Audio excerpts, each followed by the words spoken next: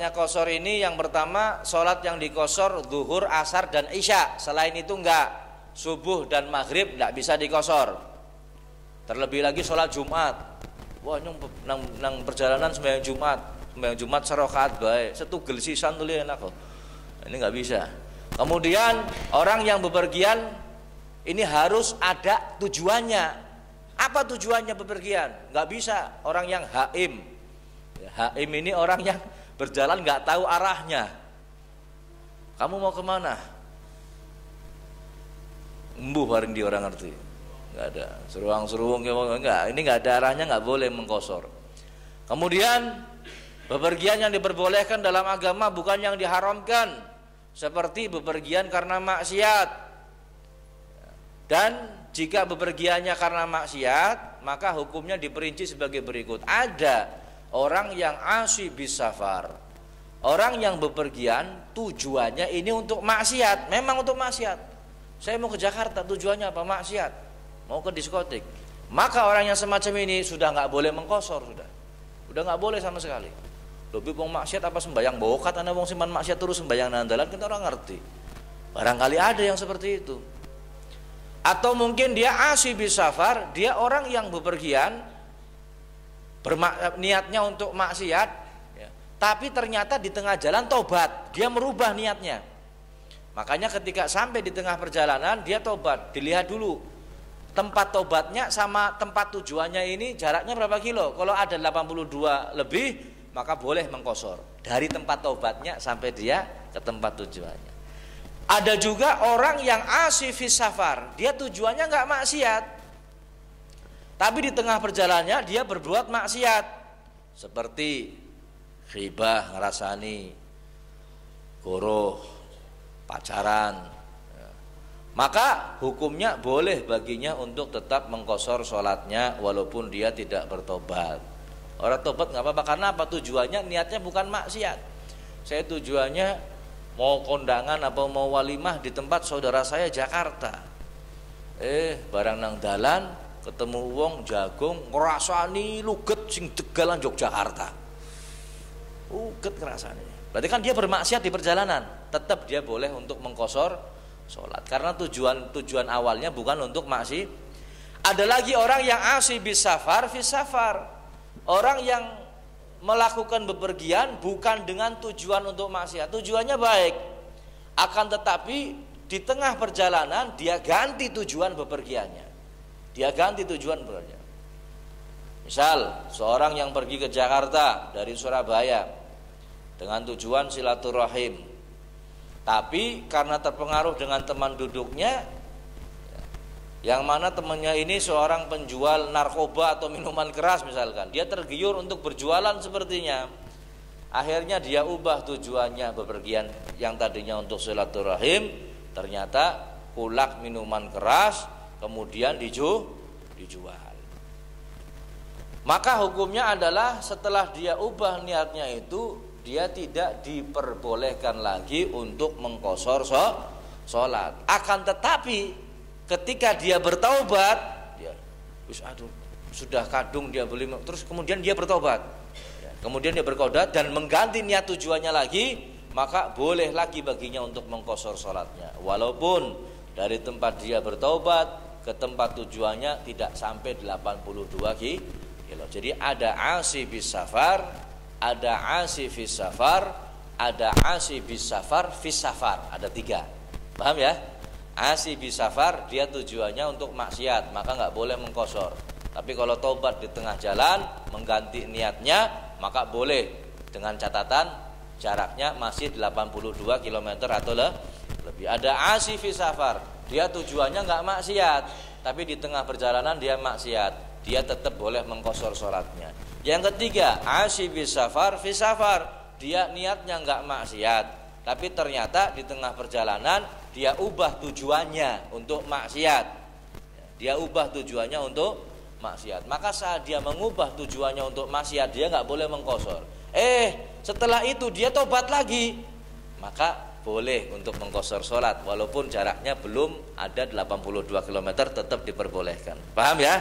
Ini yang ketiga. Kemudian yang keempat, Dia melakukan bepergian dengan tujuan yang benar. Lain halnya jika tujuannya tidak benar, misalnya hanya untuk melihat-lihat pemandangan tanpa diiringi dengan niat yang baik, maka nggak boleh untuk mengqashar sholat. Makanya kalau mau tamasya, rekreasi, niatkan dengan niat yang baik. Saya mau ke mana yang jauh nih misalkan, tempat wisata mana yang jauh? Puncak misalkan, saya mau ke puncak, tujuannya apa? Untuk tadabbur alam, merenungi keindahan ciptaan Allah Subhanahu wa ta'ala. Saya mau ke sana, atau mungkin saya mau ke Solo, niatnya apa? Hadir pengajian, nuntut ilmu wajib.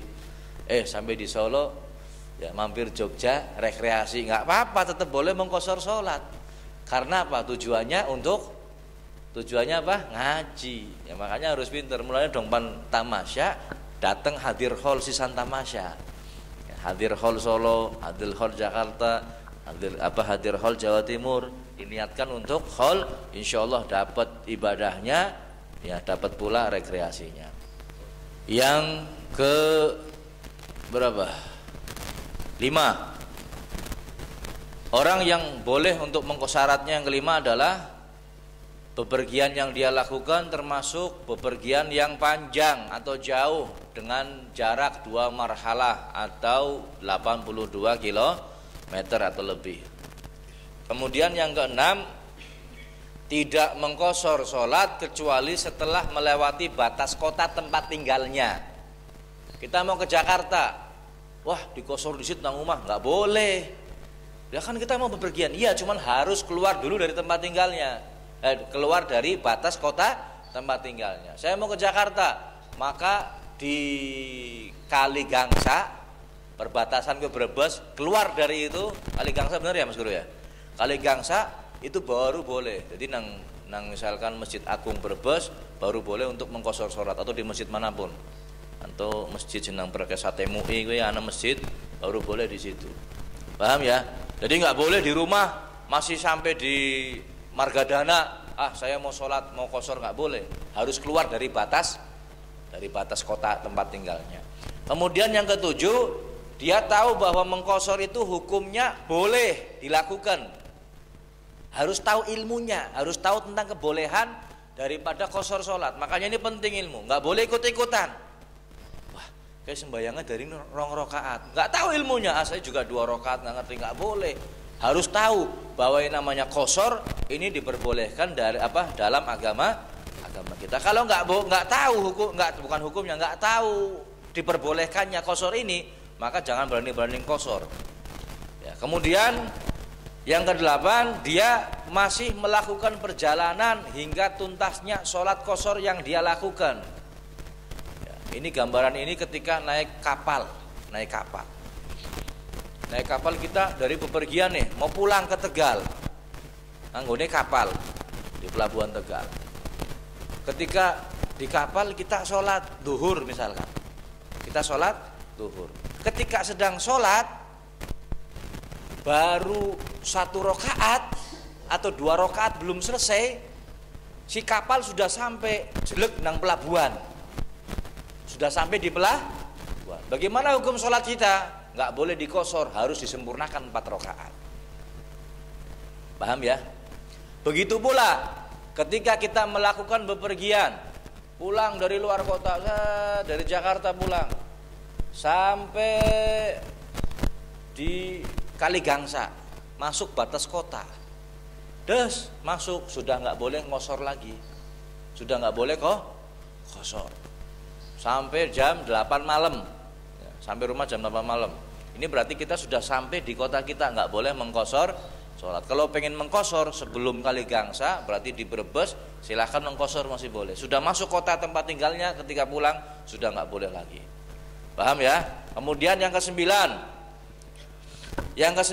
niat qashar ketika takbiratul ihram. Niatnya ketika takbiratul ihram, nggak boleh di tengah-tengah sholat. Ketika membaca Fatihah atau selesai baca Fatihah, saya niat qashar. Waktu takbiratul ihram itu enggak niat qashar, maka enggak boleh. Salatnya harus disempurnakan 4 rakaat. Paham maksudnya? Ya. Jadi niatnya ini harus bareng dengan takbiratul ihram. Lain dengan jamak takdim, lain dengan jamak takdim. Kalau jamak takdim ketika kita mau menggabungkan sholat zuhur dan asar, saat takbiratul ihram kita nggak niat takdim, nggak niat jamak takdim, nggak niat menggabungkan asar kepada sholat zuhur, nggak niat.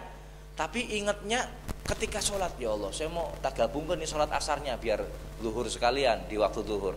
Maka ketika kita sholat boleh niat jamak takdim. Paham? Yang penting sebelum salam. Bahkan ketika duduk terakhir pun tahiyat terakhir, kita sholat zuhur tahiyat terakhir. Saya mau jamak ini asarnya.